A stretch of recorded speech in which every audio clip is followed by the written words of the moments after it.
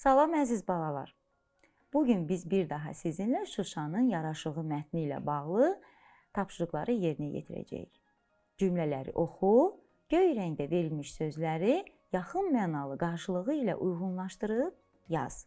Onu da qeyd edim ki, yaxın mənalı qarşılıqları da bizə verilib. Biz uyğun sözləri cümlələrə daxil edəcəyik. Xarı bülbülün vətəni Qarabağdır, Şuşadır. Vətəni sözünü hansı sözlə əvəz edə bilərik? Vətən sözünə yaxın mənalı söz verilmiş sözlər içərisindən yurd sözüdür. Gəlin əvəzləməni edək. Xarı bülbülün yurdu Qarabağdır, Şuşadır. İkinci cümləmizi oxuyaq.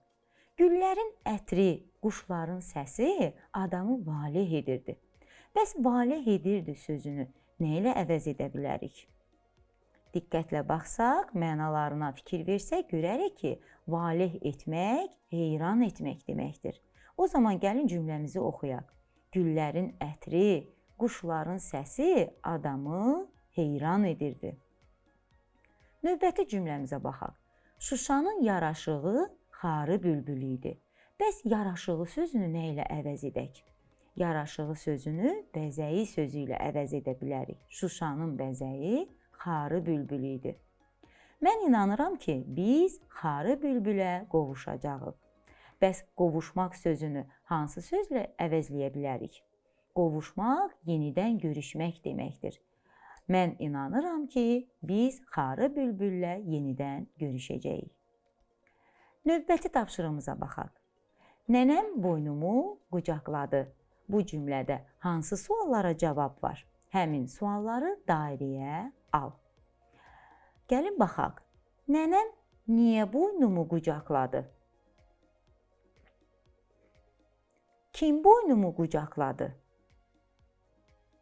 Nənəm. Deməli, kim sualına cavab verən söz bu cümlədə var. Nənəm harada boynumu qucaqladı? Nənəm boynumu nə etdi? Qucaqladı. Deməli, belə çıxdı ki, ikinci və dördüncü cümlədə verilmiş sualların cavabını bildirən sözlər var. Lakin niyə və harada suallarına cavab verən sözlər bu cümlədə yer almayıb. Yalnız kim və nə etdi suallarına cavab verən sözlər verilmiş cümlədə öz əksini tapmışdır. Növbəti cümləmizə baxaq. Hər bir cümlədə sual sözlərinin aid olduğu sözlərin altından xətt çək. Gəlin əvvəlcə cümlələri oxuyaq. Xarı bülbül Qarabağın rəmzi olan nadir bir çiçəkdir. Bu cümlədə nə sualına cavab verən söz hansıdır? Nə Qarabağın rəmzi olan nadir bir çiçəkdir? Xarı bülbül. İkinci cümləni oxuyaq. Hər il Şuşada Xarı bülbül musiqi festivalı keçirilir. Harada? Şuşada. Şuşanın sərin və təmiz havası insanı valeh edir. Bu cümlədə isə biz necə sualına cavab verən sözü tapmalıyıq? Necə düşünürsünüz, bu suala cavab verən söz hansıdır? Necə hava? Sərin hava. Necə hava? Təmiz hava. Bax, bu hər iki söz necə sualına cavab verən sözlərdir. Sonuncu cümləmizə baxaq. Xurşidbanu Natəvan Şuşada anadan olmuşdur.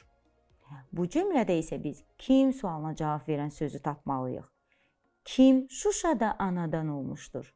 Xurşidbanu Natəvan Şuşada anadan olmuşdur. Bax, belə uşaqlar, bu dərsimizdə bu tapşırıqla sona çatdı. Növbəti dərsdə görüşmək ümidi ilə. Hələlik.